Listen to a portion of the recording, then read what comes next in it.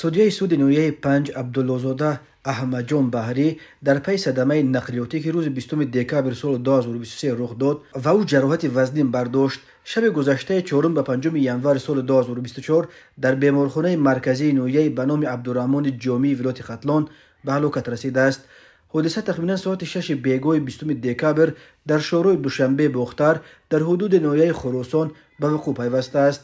муовини сардухтури беморхонаи марказии ноҳия ба номи Абдураҳмони Ҷомӣ Муҳаммад Бердиев дар суҳбат ба Фараш гуфт, маҷрӯҳ бо осеби кушодаи майнаи сар пас аз 40 дақиқа рух додани садама ба беморхона расонида шудааст.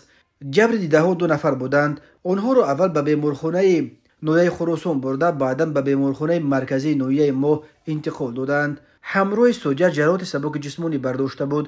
ӯро муоина карда ҷавоб додем, аммо вазъи саломатии Абдуллозода бениҳоят бад буд. ҳангоми садама сутунмуррааш аз қисмати гарданаш шикаста буд. марҳум то лаҳзаи фавт зери таҷҳизоти нафаздиҳии сунъӣ қарор дошт, гуфт табиб Бердиев. марҳум Абдуллозода Аҳмадҷон 37 сол дошт. ӯ қаблан дар суди ноҳияи Синои шаҳри Душанбе низ фаъолият кардааст.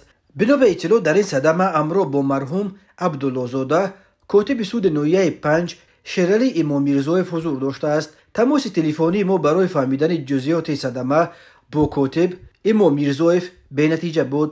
ӯ ба зангҳои мо ҷавоб надод. мувофиқи маълумоти дастдадашуда аз манбаи дигар, замони садамаи нақлиётӣ котиби суд Имомирзоев пушти чамбарак ва судя Абдуллозода дар қафои худраф қарор доштааст. мошини онҳо пас аз зарбаи сахт аз пушт мувозинатро гум карда чанд маротиба ба монеаҳои тарафи чапу рост бархӯрдааст. маҷрӯҳонро гӯё ронандаи иштирокчии садама ба беморхона расонидааст.